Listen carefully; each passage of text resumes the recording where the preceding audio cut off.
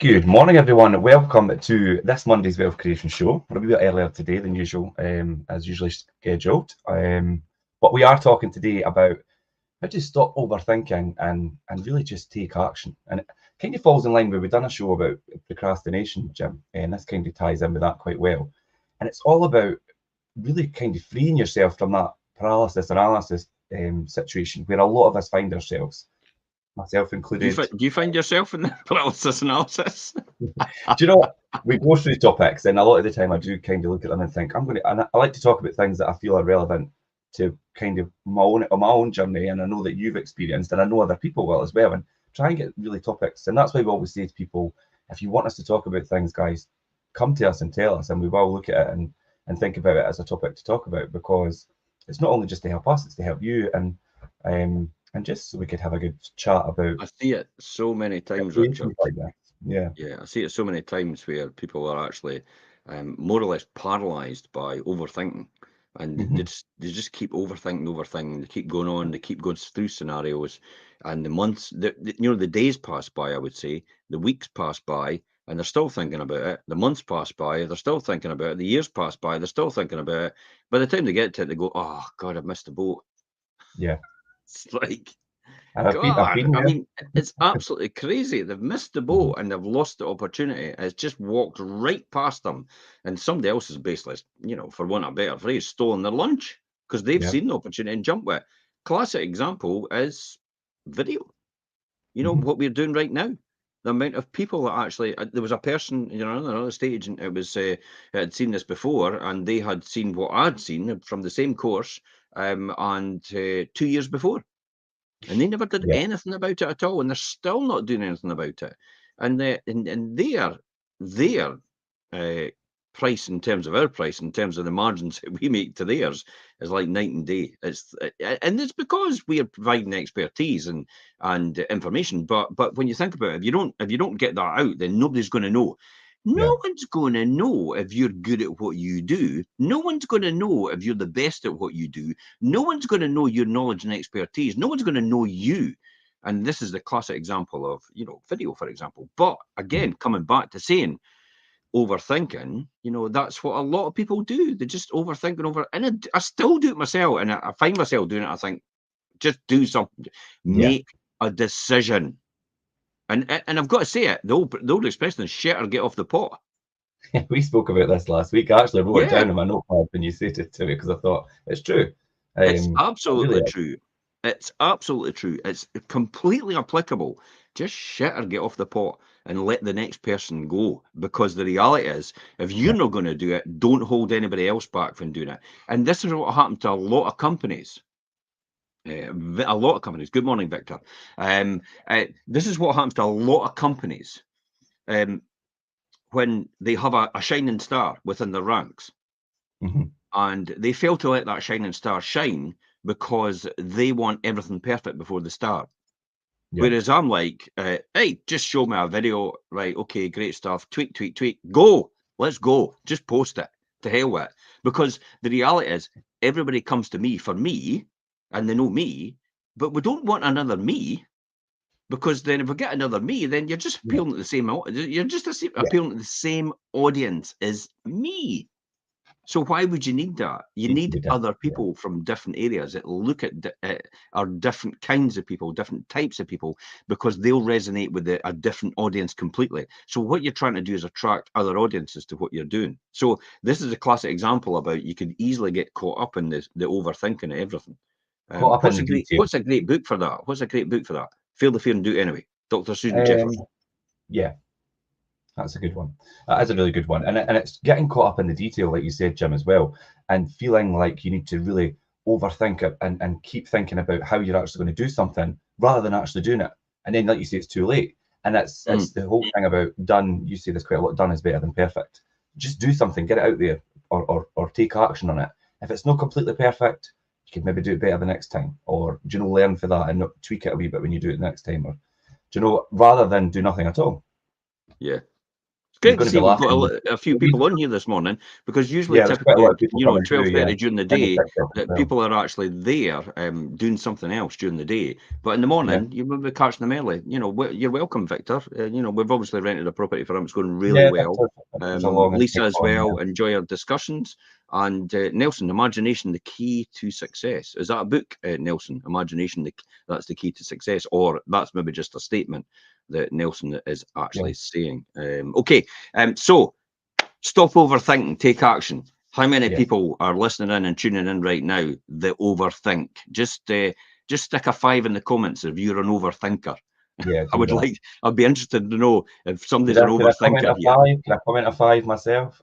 Stick a 5 in the comment myself. Yeah, so definitely overthinking, constantly analysing. Oh my goodness. Analysis paralysis. It happens all the time. How do we get across this? Richard, you were going to talk about a book that you thought would have been good. Just do it. Just do Yeah. it. Lisa, yeah, you're definitely Lisa and Samuel. Thanks for being honest, Lisa. Thanks for being honest, Samuel. You're overthinkers as well. Absolutely. Let's see if we could help you get over that. Get over that. Yeah. And let's have a think about being overthinkers. I know. Do you know what we do? Jim and I, Jim and I do one-to-ones, and we're going to do that tomorrow. And I'm going to be held by my tongue tomorrow because I'll need to take my own advice after speaking about today. Hung by your tongue. That's what it is. Hung by your tongue. Yeah. Overthinking, constantly analysing, ruminating, as you said, worrying about a particular situation or event. I tell you what, How to Stop Worrying and Start Living, Dale Carnegie, is a fantastic book. Definitely How to Stop Worrying and Start Living, Dale Carnegie. But he talks about this quite a lot in the book, about the fact that the huge amount of different scenarios we all go through as people, and we go through all these different scenarios in our head, think about every outcome it could happen in a situation, when in actual fact, there's only one outcome that'll ever happen. So stop overthinking that situation and just accept that one outcome will happen. Only if you want to try and resolve an issue, but there's no point in turmoil and stress and strain and putting yourself through all that aggravation if you don't need to. So Dale Carnegie, How to Stop Worrying and Start Living, is an absolutely fantastic book that you should get if you are an overthinker, and especially a worrier. And if you suffer from anxiety, that's a key here. Now, I have to admit, How to Stop Worrying and Start Living was a fantastic book for me when I was studying for accountancy at college. Because I'm a perfectionist. I want to get 100% in everything. And it was really difficult for me personally, for the fact that unless I got 100%, I actually was at some points about not actually sitting the exam, because I was completely obsessed and focused on getting 100%. When in actual fact, people were going, "Look, Jim, if you just get over 50%, you've passed. What are you bothered about? That's no good enough for me." That was social conditioning. That's my mother did that to me.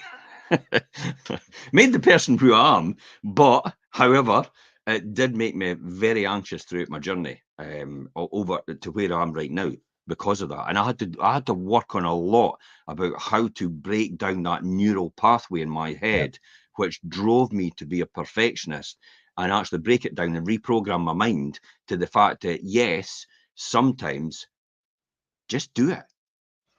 Yeah. And that is the same, like feel the fear and do it anyway. That is a really good book, because obviously it is all part of that paralysis analysis thing. You've got that fear of maybe, I don't know, what people are thinking, what you're doing, or somebody saying no, which is a lot of people have got a fear about, and it holds them back. So really, you just need to do it and put something out there. I've learnt that over the years, definitely. And today I've got a few things. I've kind of broke down some topics for us to talk about. And I think people will be like, well, how do I overcome this overthinking and just take action? Because it's not maybe as easy as we're making out. So 3, 2, the 3, 2, 1, yeah. 1, go. 3, 2, 1, go. Every single time. You have trouble getting out of your bed, 3, 2, 1, and I'll bet you'll do it. Because if you count down, immediately you're programmed to actually, when there's a countdown, to take action at the end of it. So if you do 3, 2, 1, or even 10, 9, 8, 7, 6, 5, 4, 3, 2, 1, if you want to take longer for it and overthink it while you're doing it, It's fine, you could do that. But the reality is, it's 3, 2, 1, and you'll take action. That's key and fundamental in there. Sorry, I'm So laughing. you identified some sources here, Richard, Yeah. for overthinking, how to get and all the rest of it. So let me talk about identifying the source of overthinking. Where does it all come from? Because I briefly touched on it, but let's go in Yeah. depth in this and let's overthink this. Oh, God. let's really think about it. We're doing a show on overthinking. We're going to overthink it. But yeah, no, I mean, the most challenging step is for people to really identify the problem source. In a lot of cases, overthinking is caused by fear, like I said, uncertainty, or maybe even past experiences that people have had, and that's what's holding them back. The fear of failure or uncertainty about the future can cause many of us to really overanalyze every situation, and leads to inaction, basically, or what we like to call analysis paralysis. So on the other hand, sometimes past experiences such as maybe, I don't know, maybe you've had a bad breakup, maybe you've had a failed endeavor or a failed business venture, or maybe it's just a rejection email. A lot of people don't take very well to rejection. If you've got rejected for a job interview or whatever, it can really create that negative feedback, and it's a loop that makes individuals really feel stuck in their own thoughts, and it could really hold you back. So think about where your fear is coming from, and where where you find the challenge to keep overthinking things rather than just take action and identify that source. I think that's a really important beginning for anyone. I'm a big one of actually looking into where your fear comes from. So I'm very conscious of my own mindset now. I've managed to be able to see that, and I'm very clear about where I stand. And I often take time to step back. And actually, it's the old thing about you're so close to the trees you can't see the forest. And I bear that in mind quite a lot now. And I'm not one to change things quickly if they work already. That tends to be into the aspect of, oh, I'm a serial entrepreneur. It's like, serial entrepreneurs don't go around changing things quickly. What they do is they take the right advice and they get the right information. And when they know they should act, they act. They don't sit and delay it. They just act and get on with it. They go. They don't overthink. They take action. That's what serial entrepreneurs do. They don't continually start up companies and hope for the best and hope it'll work. Do you think Richard Branson, when he launched Virgin Cola, woke up one day and thought, I tell you what, I'll just launch a Coca-Cola brand? No, he thought about, the aspect about, what market could we be? How beneficial would that be to our branding? Does it align with our values? All these different things, and got all that different advice first. But when he got all the right information, he went, let's go for it. And the classic example is the QR codes on our for sale boards. We have QR codes on our for sale boards that go direct to the property. We established a system. I then tested it. And when we got it working, we just rolled it out.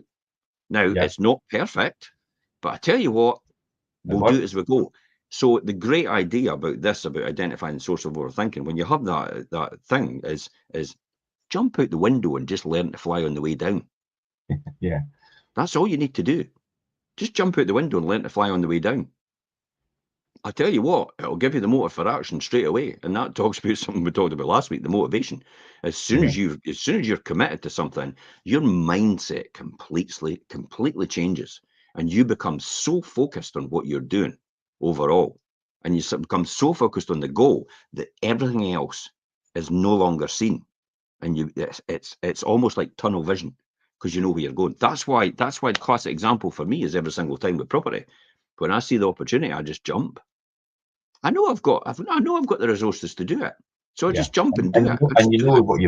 You know what you do works. You've tried and tested it, so you've got. I do all the analysis. It's all here, sitting there. The numbers are all written down there. 2 properties there now, and then another 8 properties in the pipeline possibly, and that'll take me a significant amount again.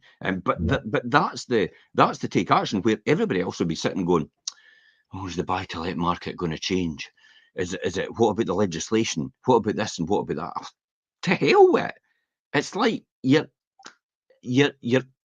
either going to make a success of something, or you're going to stay broke for the rest of your life. I kind of think there's no in between anymore. I was looking at Yeah. pensions this morning, what you need to retire, and I was reading up an article in the Telegraph, and some guy was wanting to retire when he was 57, travel the world. It's like it wasn't me that wrote in.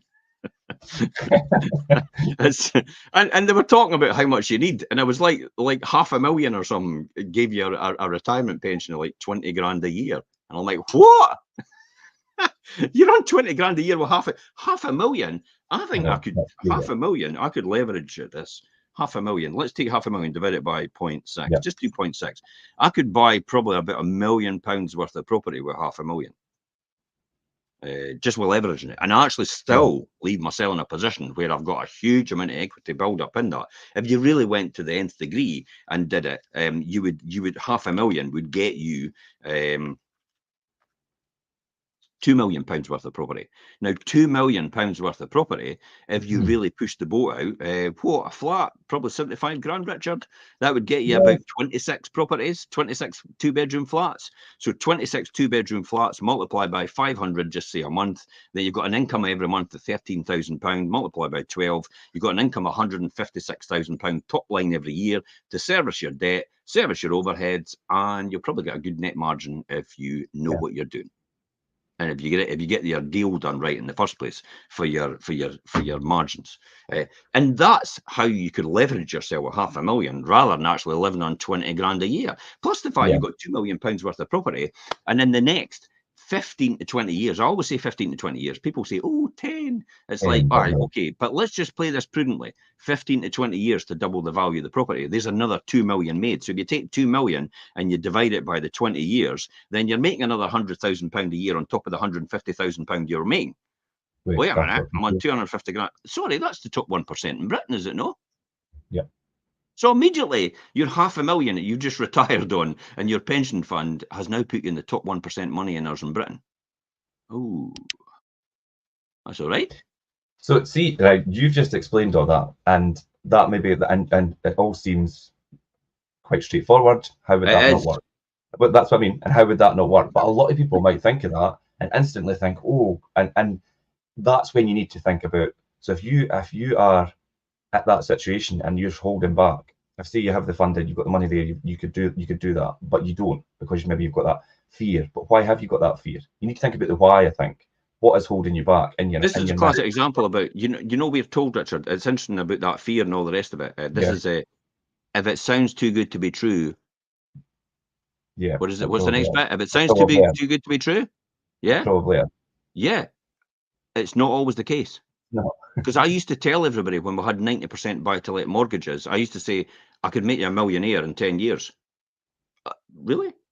If you've got 100,000 in the bank, I could make you a millionaire in 10 years out of the 100,000. All you need to do is leverage yourself, 90% loan to value on all these mortgages, put the 100,000 in, buy 10 properties worth $1 million, all at 100,000 each, buy 10 properties, put them in, work that, and for the next 10 years, and you'll probably be a millionaire as the value goes up and doubles.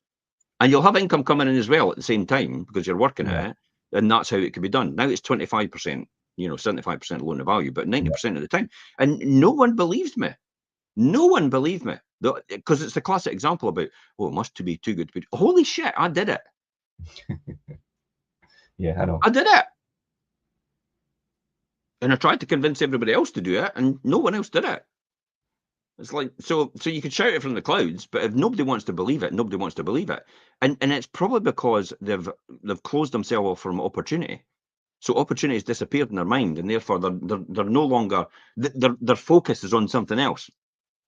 Yeah. It's called a or GOP. they are caught up in these things that are ingrained into them for when they're younger. Things like, oh, that's not for the likes of you, and Well, it's not. They're focusing on something else, Richard. It's their job. It's like they're working 9 till 5. Some people are working a lot longer hours than that, like I always did anyway, regardless. Even though I had a 9 till 5 job and off at the weekends, I still worked and worked and worked. And that's why my career progressed so quickly in industry as well, from a trainee accountant to a financial director within such a short period of time. Because I just put the effort in, I paid the price for that. And anybody could still do that today. Everybody keeps saying it's like the overthinking thing, the identifying the source, and they've always got this mindset about, oh well, that opportunity is gone now. You got in at the ground floor. By the way, the ground floor is now a new ground floor because it's where it is now.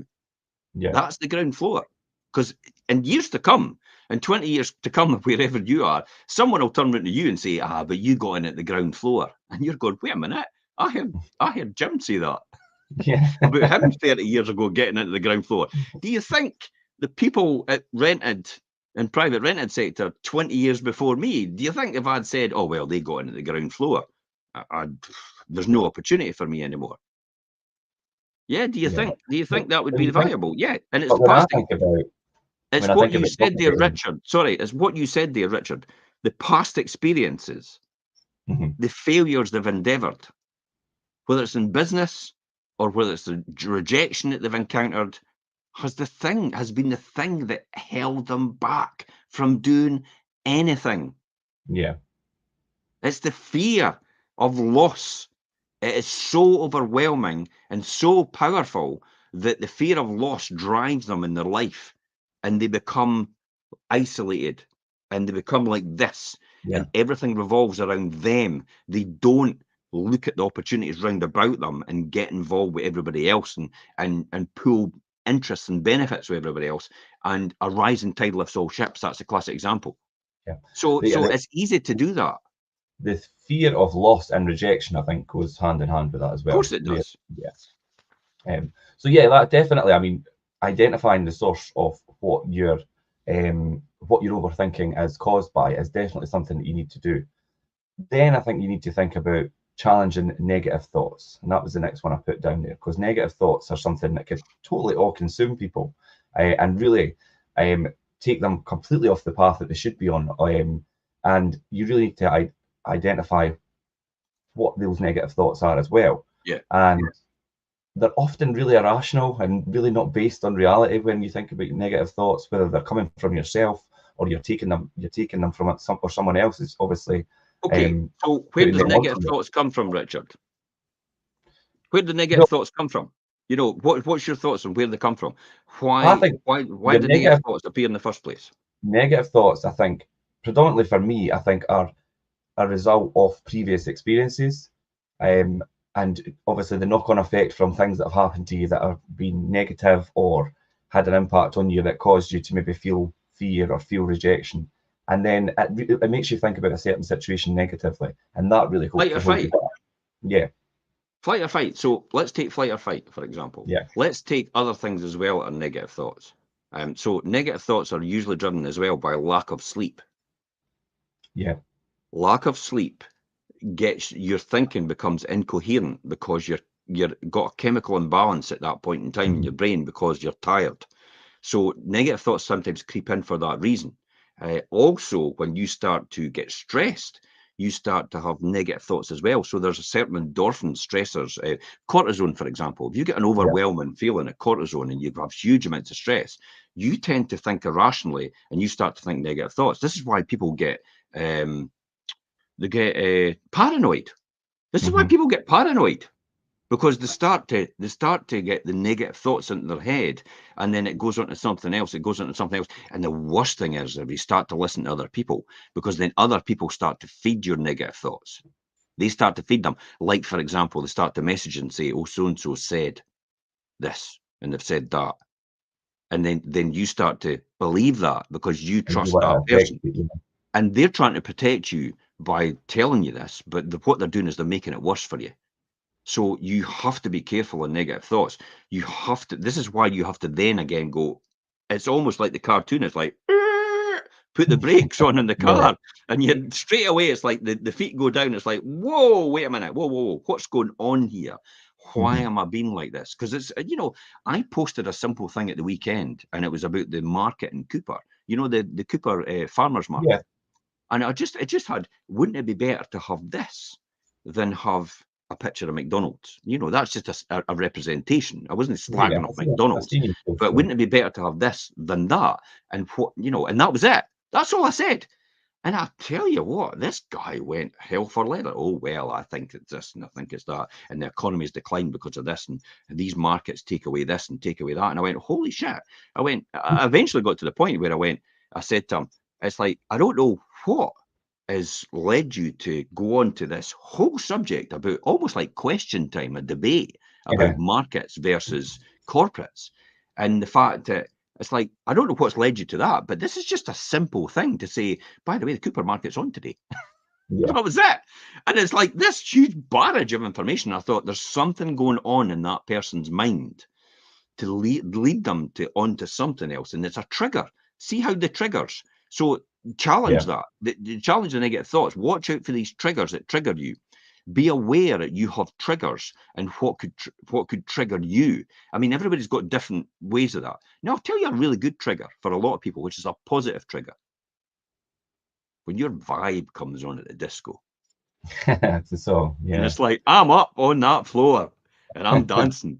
There's a positive trigger for you. And you think about the song, it just gets you going, just gets you up, just gets you wired and fired.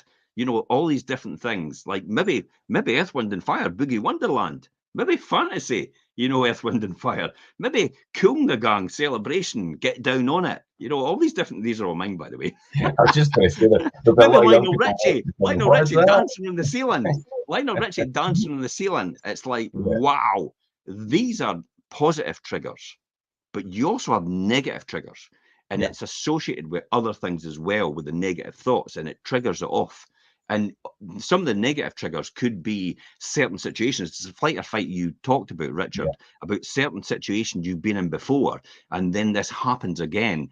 But you don't realize your mind's thought to itself immediately. Your wee back of your mind, you're unconscious because you're not conscious of this, what's happening here. Your wee mind starts to run into protection mode and went, wait a minute, I knew what happened last time here. It's like, you know, this isn't going to end well. And it's, whoa, wait a minute, nothing's happened yet. And you've automatically assumed it's not going to end well. That's the key here. That's what you've got to watch out for. That's what you've got to challenge. That's what you've got to overcome. Yeah. I think as soon as you start telling yourself, even if it's subconsciously, that maybe, do you know, I'm not going to succeed at this, or I'm not going to be able to do this correctly, or, do you know, because maybe you've done it incorrectly the last time, and feel a wee bit the fear and thinking about doing it again because you think I'm just going to fail all over again. If you keep telling yourself that, and even in the back of your mind. So have you found yourself in that situation before then? I have, yeah. And the only way to get around it is obviously you need to firstly identify that's what you're doing, and then take that step back and think, right, this is going to play out differently this time because I know that obviously I had that experience the last time, but it's not going to pan out like this. And think about it in a more positive outlook and how I'm going to play out this time in a different way and get a different result or a better result. And that's the key, how to overcome that.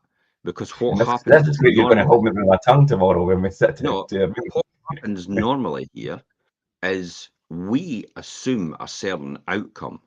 Yeah. And because you assume a certain outcome in a situation that's not even happened yet, your mind is a computer, effectively. So if you're assuming that outcome, your mind works towards that outcome because that's all it does. It works towards what you want it to work towards. So as soon as you put these thoughts into your mind, it works towards these thoughts. It then goes, I need information. I need facts to back that information up that I'm just saying. I need facts and figures to back up my stance.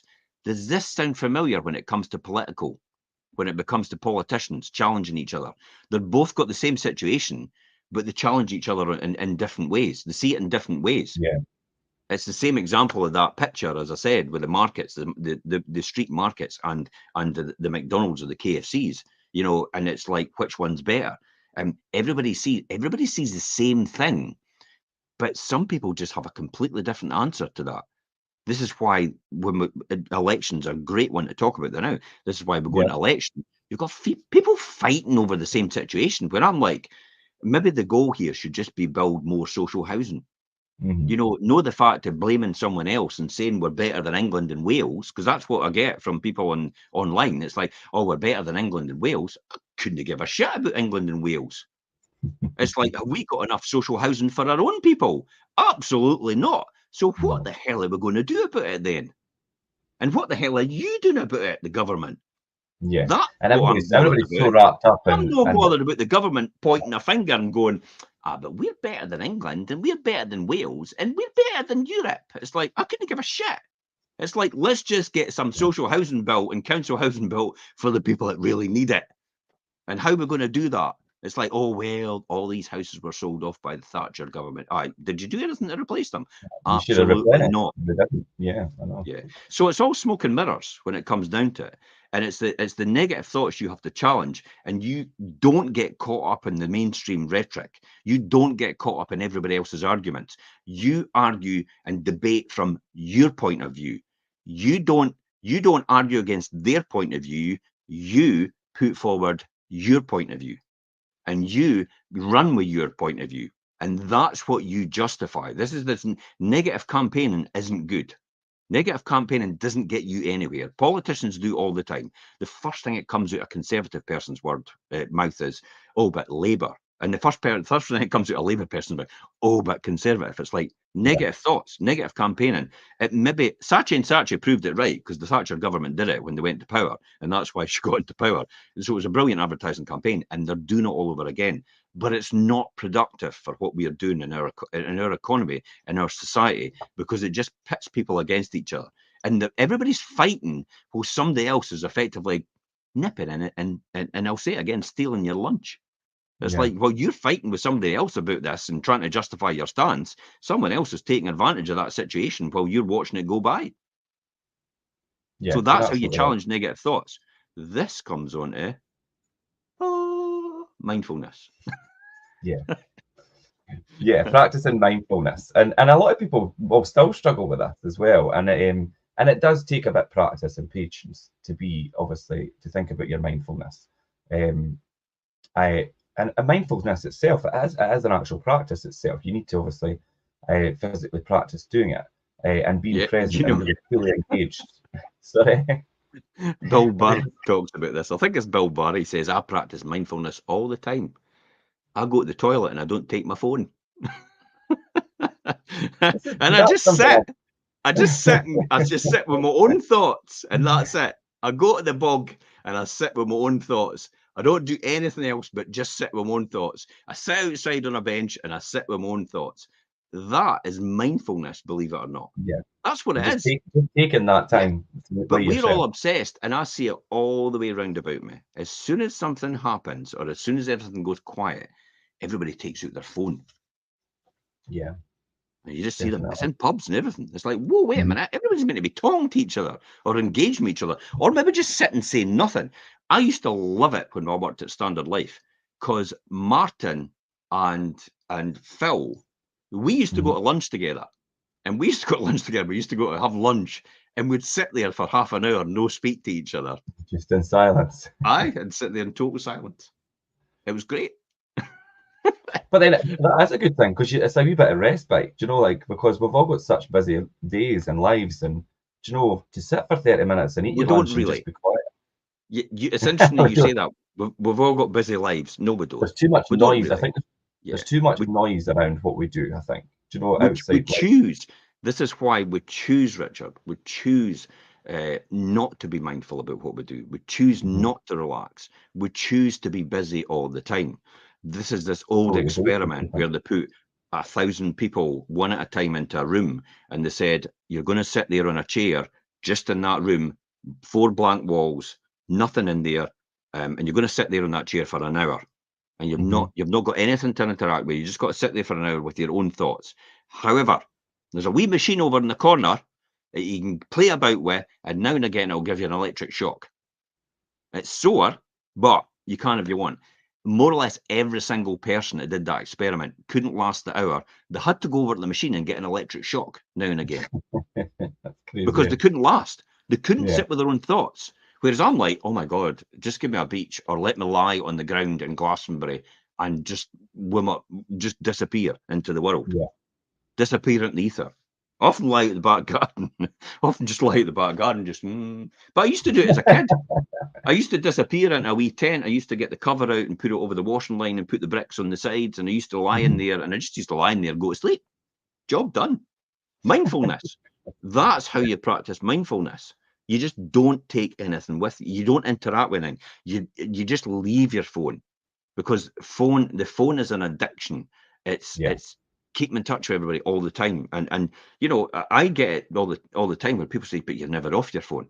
Well, you think I'm on my phone all the time, but I'm not, because there's other tools and mechanisms doing that for me.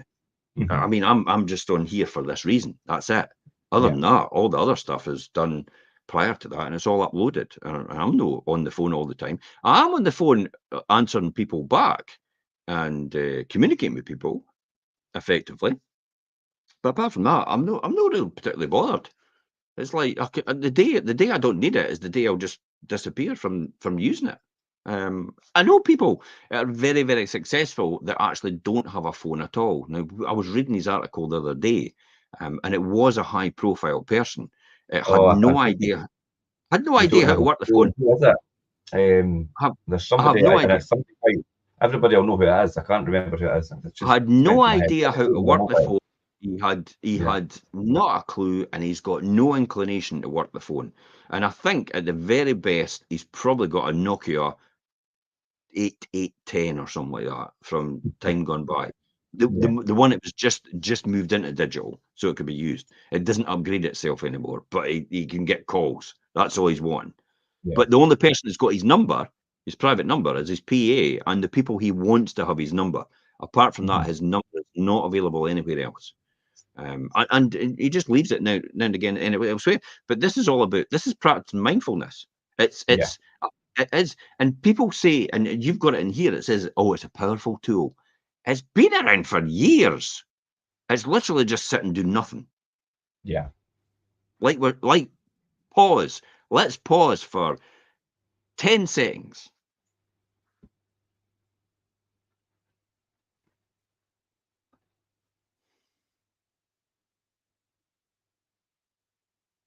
I feel great. We're in sync because I just got to tell you.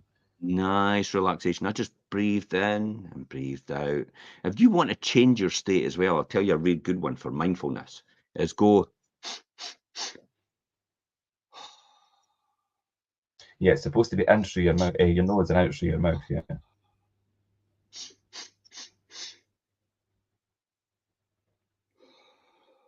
Now, you know why I do that? Because it is an instant reaction in your body to make you relax and protect yourself. That's what you do when you cry. Right, yeah. That's what you do. That's what it is. So you're triggering off your body, and that's what triggers the releases, the hormones and everything like that, and all the neural pathways and the chemicals in order to get you into a state of relaxation. And so that's what you do when you do your breathing, is you're mimicking the process of when you actually cry. Yeah. And when you cry, it puts you into a relaxed state, and it actually starts to de-stress you. So that's all I'm doing with the breath work. I just want to pick up one. There's a comment on TikTok here that I just noticed. Thanks for all the other comments, but I can't go through them all. But just back from a 4-mile walk in the sun, that's mindfulness, and it definitely is. There you go. Going for a walk, no phones, clear your head, no music. Definitely, I'll go walk with the dog, and it just clears my mind. A great one for mindfulness is actually just writing down notes. Yeah. Just write it down. See all the crap that's in your head, just write it down on a bit of paper. Just get it out. Type it in an email, something like that. Never send it. Just get it all out. Type it in an email. Save it as a draft if you want. Delete it later on, because you probably will. Because then after a while you think, oh, I shouldn't have written that. And you'll just delete it. I tell you who was really good at that, Abraham Lincoln. Abraham Lincoln used to write, stinkers of, horrific letters to people. And they found them all later on. And they were horrible to his frontline people in the cavalry and stuff like that. He used to write them all the time. But he never actually sent them. He just put them in the drawer once he'd written them. And he'd never ever sent them. Maybe get it out of his system. Yeah, just to get it out of his mind. And that's what I tell a lot of people. It's like, if you've got a cluttered mind, just start writing down all your stuff. I mean, my mum now, my dad passed away, obviously, 2 or 3 months ago. My mum now, I'm sitting with my mum saying to her, all that stuff in your head, just write it down. All you need to do is write it down. Just write it down. But it's not. Yeah. But it's because it's going round in your head all the time, and that's why you can't sleep, because it's going round in your head all the time, because you're feared that you forget, or you're trying to remember it to keep you going, and Yeah. it's like your mind. That's how your mind works. So just get it out of your head and write it down. Share it with a friend. Have a Mhm. one-to-one. That's Yeah. perhaps mindfulness, as long as you're not bringing each other down to a pity party. No, Just don't I? Yeah, you could what be a I bit. mean, I do it every Monday morning. This Monday morning, because I'm going to start a funeral later on. But every Monday Mhm. morning, I actually just practice it. I just go for a walk with Ian. We just go, we'll have a coffee, and we just walk along the beach, walk up the Silverburn, walk in the forests, Yeah. about a 5K walk, and we'll have a great time, a fantastic time, and we talk about shite. To be Just honest, that. Yeah, but it's quite good to have that, and to then to most be able people, to. it'll just be a lot of mindless rubbish. Yeah. But it's It's but better it than it but all it being gets it out. better than it all swirling around in your head and not being able to kind of get it Yeah, out. it gets it out. It's quite funny, because it's all the stuff, and you'll notice it. A lot of comedians do exactly the same thing as you're doing. They talk Mhm. about the same things, but they talk it on stage and sell it to someone else, and get them to pay money to hear Yeah. them talking about all their crap. But effectively, that's what it is. Yeah, that's true, I suppose. Uh, and so that's the type of thing to practice mindfulness. And these things like mindfulness and breath work, that's just categorizing what you've always done anyway, and just putting a label in it. But But yeah. you need to work on it. You need to do it to reduce your stress, your anxiety, and get you back on track, on a more even keel. Mhm. Yeah, definitely getting you Yeah. back on track. Like you Yeah, say, yeah, and reducing that stress and anxiety and things will put you in a better position to be making like overall better decisions, and ultimately like taking action and just kind of like, right, okay, this is what I need to do, or this is what I'm going to do, rather than yeah. think, I think I might do this, or and letting it hold you back. So practicing mindfulness, it's really an art of being present in the here and now. And like you said, Jim, start taking deep breaths, focus on your breaths, and notice how the taking the deep breaths and things, and the air entering and leaving your body and things could really be quite prolific and calming you and putting you in a different state of mind, and that will really help you. Um, It's feeling it as exponentially. well. It's feeling it as well. I started to pick up on breathing, your breathing and stuff like that, and how it Mhm. can help you, from Kendo. So Yeah. the first thing we did when we had Kendo, we knelt and put our sword next to us, and then we Mhm. would kneel, and then we would close our eyes, and we would breathe in. You'd hold it, and then you breathe out, and you do that 2 or 3 Mhm. times, and eventually your sense would go, would go, and then you would be ready to go. You would have a clear mind, you'd be relaxed, and you'd be ready to engage and help train the next person. Because Kendo was never about you beating someone.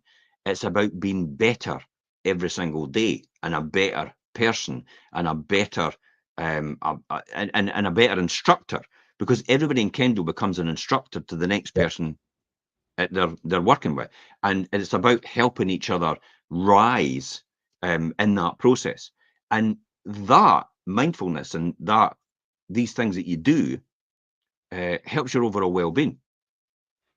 Yeah, I mean, definitely. we're using the cliche words here, and I'm not a cliche kind of person. I don't like them. It's like, I don't want to indoctrinate myself into mainstream, Yeah, mainstream stuff. But that's effectively what it is. If you want to put a name on it, it's the only way to get the yeah. kind of get put it across. Yeah. But the one thing you have to do then after that is, once you've sorted that, see how you do that. See how you see that, and sometimes when they're doing Tai Yeah. Chi, they go, Or you'll see when somebody's feeling a bit, if they're in a situation where they're feeling yeah. a bit stressed and things, they'll But go the and, push, and do the the push, yeah. the arms, they're pushing whatever it is away from them. They're pushing it away from them. And the classic example is when you lift your arms like this, is instantly you get a rush to your brain. I don't know if anybody realizes that, because it's a celebration thing. It's built in, Yeah. hardwired to our human DNA. It's a hardwired thing. As soon as you put your hands above your head, immediately endorphins start to kick in because you're doing that. That's why when people go to celebrate, they're putting their hands in the air at the football. That's why people get addicted to going to football and watching the beauty. And they're doing that because as soon as you do that, it gives you that rush for that reason. So you could do that anytime you want. I saw John. I met John Lydon at the weekend of the Sex Pistols and Pill, and I had a chat with him as well. I was lucky enough to have a chat with John as well and speak to him. And I thanked him for his book. I said it was absolutely tremendous. You know, Anger as an Energy. He wrote, and I says, "Are you planning anything else?" And I don't think he is, but he was doing his talk as well on stage. But I think he's a remarkable person. But he was doing the same thing before he came on stage. Now, I was filming it and I never posted it, but I was filming him at the side, dancing about, doing this and doing that, with his arms above his head, getting himself psyched, because that's what he's doing. Yeah. And he knows because this is what they do. This is what they do before they go on stage to get themselves in the right frame of mind. We were when we were down at the Estes, we watched Phil Spencer doing that off stage, remember, as well, before he come on. Absolutely. Look at Bill Clinton. Showtime. It does that in front of the mirror. That's what Bill Clinton does every single time Bill Clinton goes on to do a speech or anything on stage. He just goes, showtime, and looks at himself in the mirror. And they've all got it. They've all got their. Now, this is a Tony Robbins. This is an anchor. Yeah. This is Tony Robbins, because I'm sure Bill and Tony are great friends still, and I'm sure Tony Robbins actually coached Bill at some point in time, and that's what Bill's anchor is. Bill's managed to build a profile in his brain of a situation which is really happy in his life and gives him that burst of energy. And that feeling like that's my vibe, come on, my song, and associate that. And he's anchored it into that showtime, looking at himself in the mirror to give him that confidence. And that gives him that confidence boost. So when he comes on stage, he's wired. He's ready to go. He's no coming on like, give me a few minutes till I warm up, please. Wait. He's like, no, he's ready to go. Yeah. Yeah, I mean, how boring would that be if somebody just walked on and goes, right, give me a few minutes just till I warm up, and then they go bing, bing, bing, ping, ping, ping, on their guitar or something like that, just saying, just bear with me, guys. I'm just doing. It's like, no, you see everybody coming on beforehand, don't you? And all the band comes on and they all get warmed up beforehand in the dark. And then you see the person, and we've seen Gaga and people like that as well. They come in their wee huddle and they go, right, this is, and they say their wee phrase to everybody, and it's like, we're here for peace and love and all the rest of it, ready to go. Let's rock this, and everybody goes, yes, and their arms go up in the air, and it's like everybody's got that feeling, that endorphin rush, and I'm getting that right now. Yeah, and just doing that. Yeah. It's these anchors that you've trained your body to do it. You can switch it on in a heartbeat. You can change your mood in a heartbeat straight away. You just need to know how to do it. Yes. And these are the things that will allow you to take action. These are the things that will drive you forward, because then you'll have true belief in yourself and you'll be primed and ready to go on anything. That's why do you think runners warm up before they go for a run? It's like they've got people running back and forward up and down the thing, and you're like, what? Would you not just save that energy for the run itself? No, because they're getting match fit. They're getting. Why do you think? Look at my camper van, a T25 1981. Do you think I have to warm it up beforehand? Absolutely, because the engine's stone cold and it runs far better if you warm it up beforehand before you start the journey, because you're no spluttering then to get away and all the rest of it. You're on your journey straight away. So a warm up, that's what you're doing with your body before you take action. You're giving yourself that warm up beforehand with the combination of the mindfulness, the challenging negative thoughts that you said, and identifying the sources of overthinking, and then you're ready to take action. Yeah, and let's talk about actually taking action, and it is one of the most important steps to overcome your overthinking, because then once you've taken action, you're no longer in that cycle where you're keeping going over and thinking about things and over analyzing it. And it's the only way really to make progress is actually to take action. And whether you're, letting these things hold you back to take action, if you just do it, feel the fear, Aye. do it anyway, and then This, well, this is what most people do. Right, goal number 1. yeah, Goal number 2. Goal number 3. I can't take action until I've written down my goals. Goal number 4. It's like, what do I need to do first? Let's organize that. It's like, it's analysis paralysis. yeah, Stop definitely. doing That's it. what Stop doing it. If you know what you're meant to be doing, just go out and do it. You yeah. can worry about that later on, whether you did it in the right order or no. But who cares? Do you Just do think it's something. right? Say you do have a goal. Say you've got maybe quite a big goal, and the fear of not maybe executing that goal completely or failing it is holding you back. Do you think it's right to maybe break it down and then start taking action on the smaller parts of this that will ultimately make you achieve the bigger goal? Or do you Right, think that's okay. just then? Do you think then that's just overanalyzing it even A more? classic example is, will this guy do a deal with me? Will he sell his house for this amount of money? I couldn't care less. Just make an offer and see how you get on. Just tell Yeah, him that's where you are. That's it. It's like, that's when my numbers work. It's like, what's your thoughts? Yeah, oh, well, it'll no do for me. Fine. Next. do you know, I just got the and next one. what I've put in here as well, and it's quite interesting. We spoke about this at the weekend, Jim. But I've put an example in here, and it's like, remember, every skyscraper started with just one brick or beam, and most obviously then took years to build. So give yourself that, obviously. Yeah. But you mentioned at the Put this. weekend on the show about the elephant Where did Amazon and Apple start? In their in his garage. garage. In his garage, Yeah. yeah, The both of them. In their garage. They started.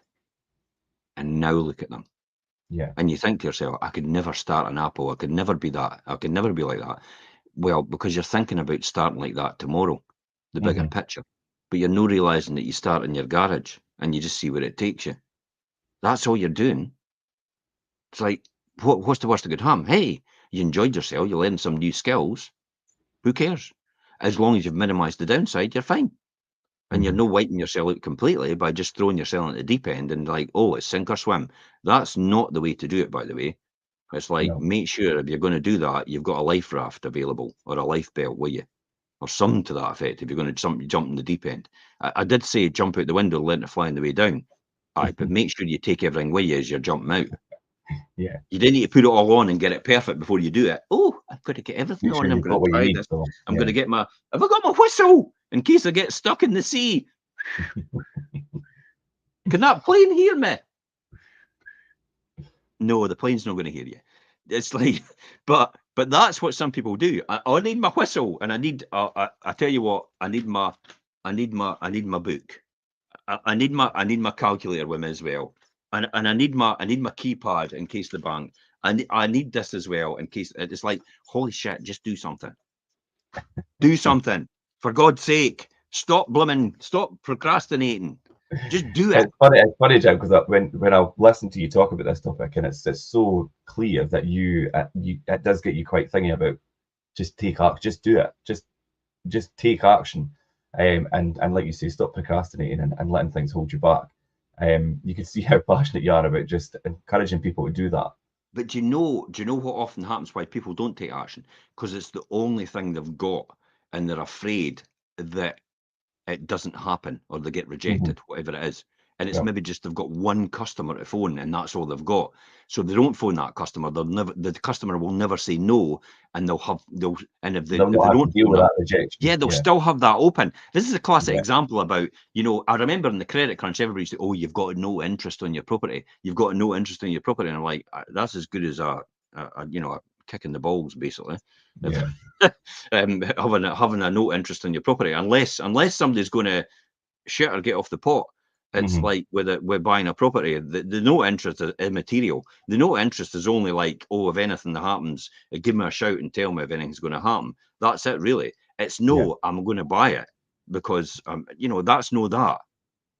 That is, Yeah. and that's what a lot of estate agents, just to use that as an example, come back to Hmm. customers and they go, "But you've got 3 notes of interest. Is any of them ready to go? Is Then I'm in anybody a making an position. offer?" Yeah, It's like it's as good as a chocolate fire guard at this point in time.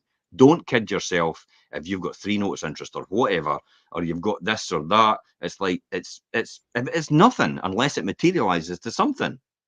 So, Yeah. and that's what people grasp onto, is that to give them hope. Mhm. I suppose it's just to give them hope. And the fact that if I don't take action and I just leave it as it is, I'm always hopeful it might come to something. If I don't phone that customer and I know they're interested, but they might come back to me. But if I don't phone that customer, because that's the only customer I've got, and it's the only person I could get a business out of, and I've not got any business anywhere else, because I've not generated any business anywhere else. I've not done any lead generation. I've not done any effort. I've not put any marketing strategy in place. I've not done any advertising. I've not told anybody about my business. But that one customer might come back to me, but I'm not going to phone them in case they reject me, and then I'll have nothing, because that's worse. So that's why people Mhm. don't take action, because they're afraid of that. They're afraid of the rejection. They're afraid of the fear, and they'll be left with nothing.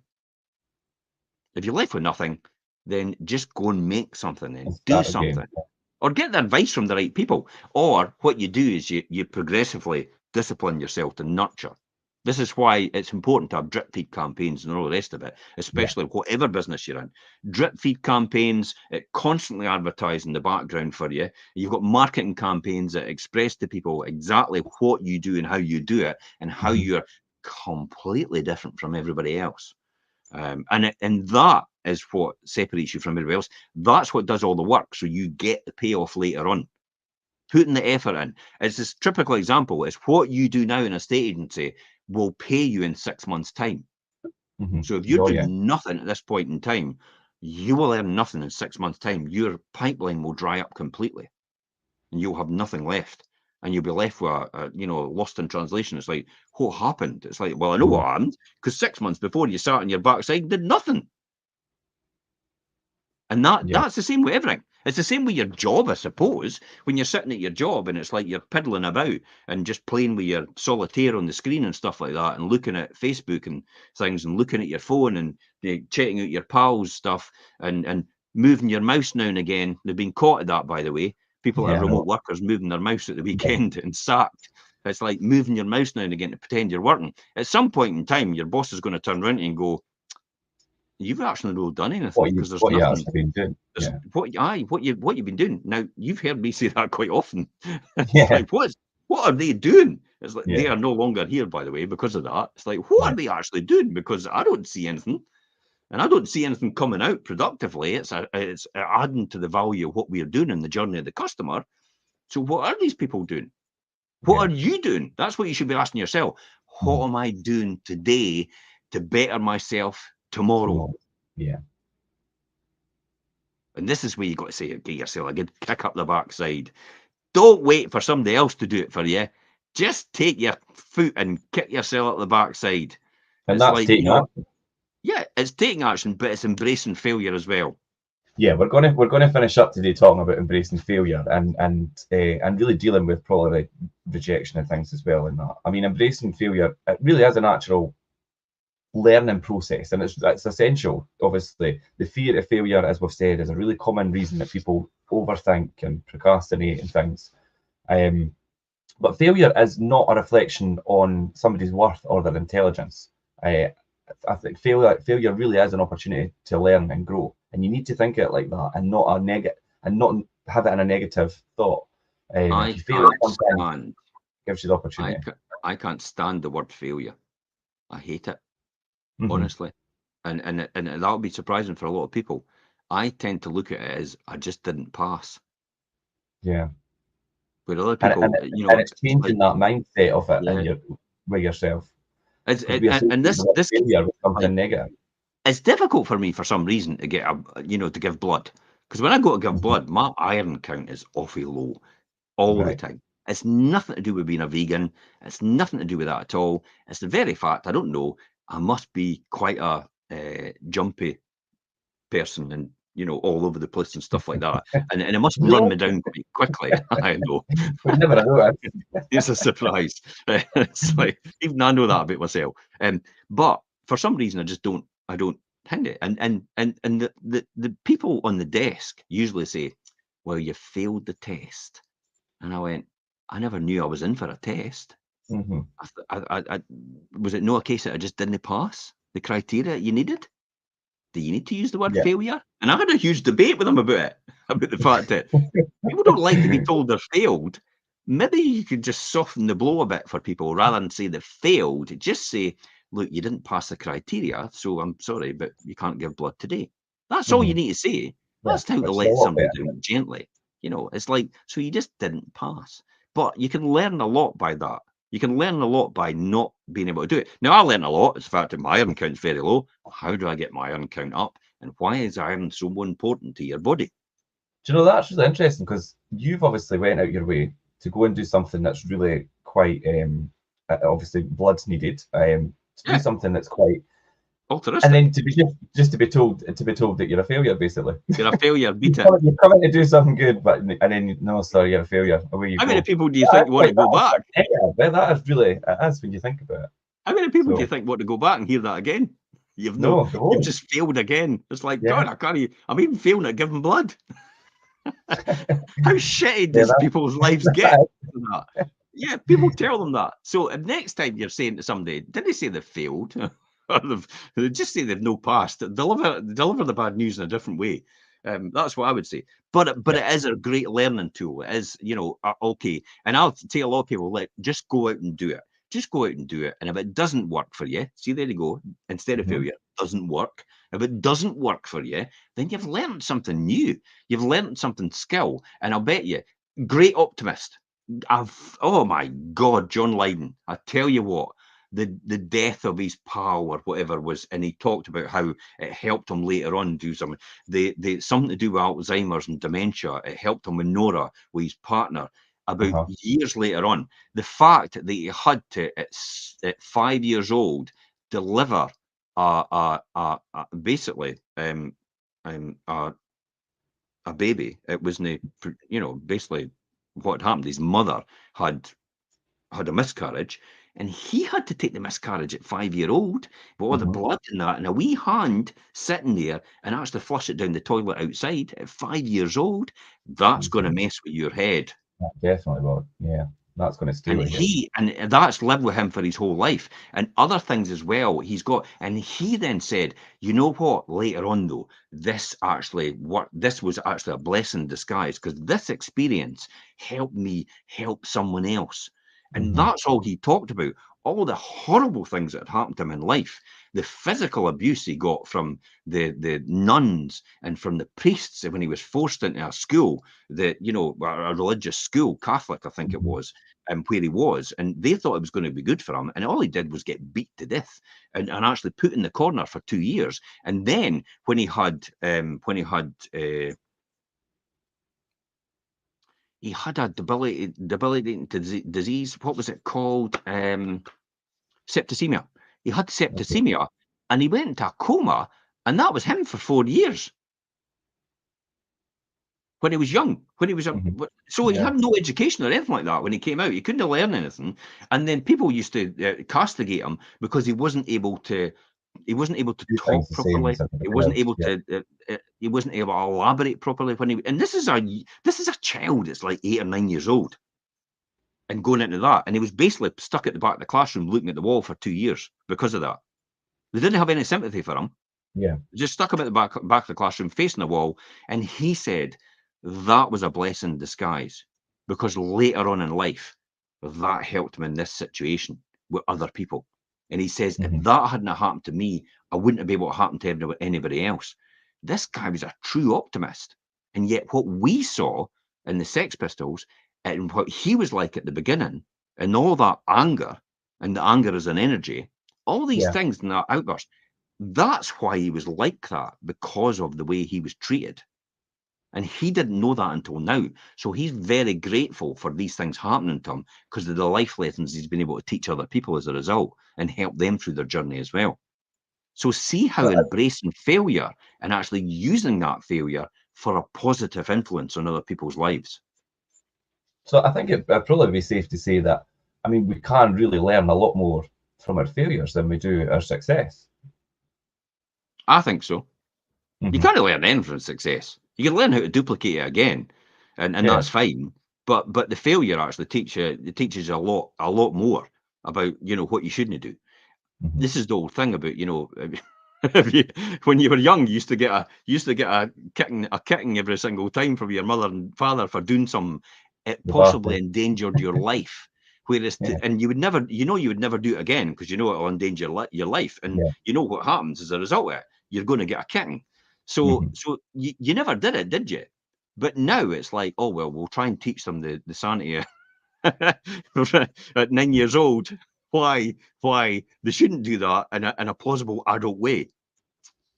They're not going to pick that up the same. Well, you know, I'm no arguing for for punishment or anything like that. No, I I'm know. no saying, and this is why he talked about his tour was not about him. It was not about him singing. It was a talking tour. It was about I could be wrong or I could be right.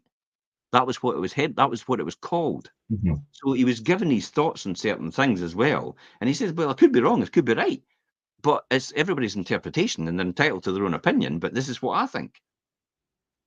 But Yeah. it was interesting. It was really interesting to actually see that and how that failure has it was how it helped him, and it had an opportunity for him to learn and grow and help others as a result of that, and keep pushing through and keep persevering because that's what Yeah. keeps him together.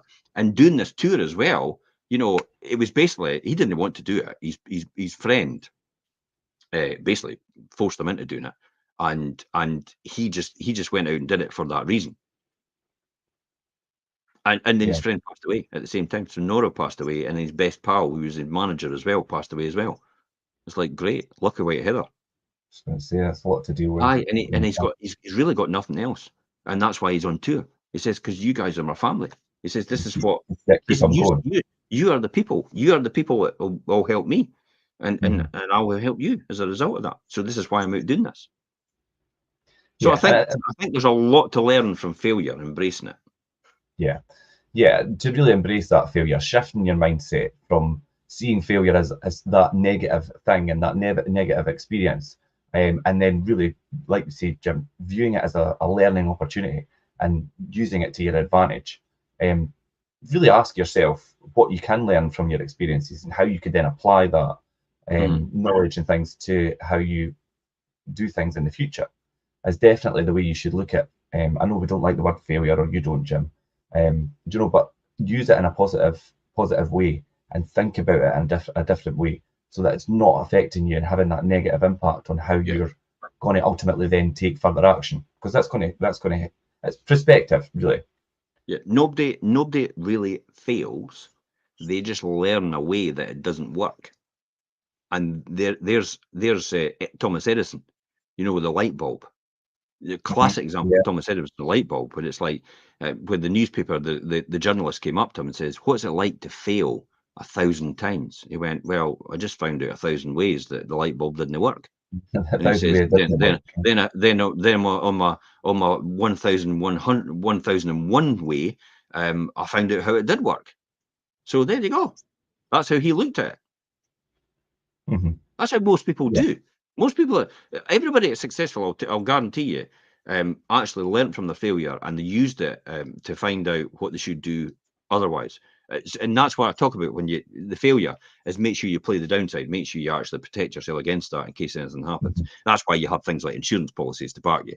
You know, when they Yeah. do a float in the stock market, they underwrite it sometimes with insurer underwriting it to prop up the share value and agreeing to underwrite the actual the share purchase in case everybody doesn't buy it. So they pay a premium for that, and other ones don't. And then that's why some companies turn around and say, "We're not going to float this year.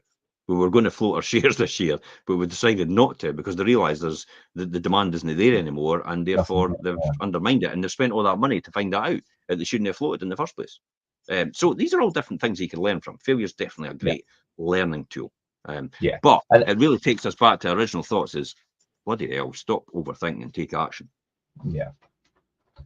Yeah, and that is ultimately what it's about. And then when we think about, like I say, perspective there, having perspective, the right perspective could really be a game changer for your own personal, your growth and things, because you do really look at what you focus on, what you can do. If you focus on what you can do rather than what you can't, as a lot better perspective to have than to think Perfect. about think about the negatives and the things that you can't do. Right. So still There'll be an overthink interesting it. conversation tomorrow morning at your meeting. There will be. I'll hope to hear all these positive thoughts coming through and I've action actually being got, I've taken. got quite a lot of positive things to talk about tomorrow, but yeah. But no, that was a brilliant topic to cover today. I hope everybody enjoyed that. Thanks everybody for jumping in the comments and keeping it interactive. Everybody on TikTok, Instagram, and all the other platforms that we're on. And we'll leave it there today, Jim. That was a good show, and we'll be back next Monday. Usual time next Monday. We'll be back at 12:30. Yeah, probably 12:30 next Monday. Oh no, I'll be at Glasgow. Oh no, Jim's at Glastonbury. So we will probably do a 9 o'clock or 9:30 in the morning because I'll be at Glastonbury. Right. I'll be walking about. You'll get I'll give you a wee insight into Glastonbury next week. Yeah, that'll be a good one. So tune in next week, guys, and we will see you then. And until next week, we'll leave it there. Bye-bye for now. And I'll catch you later. Bye.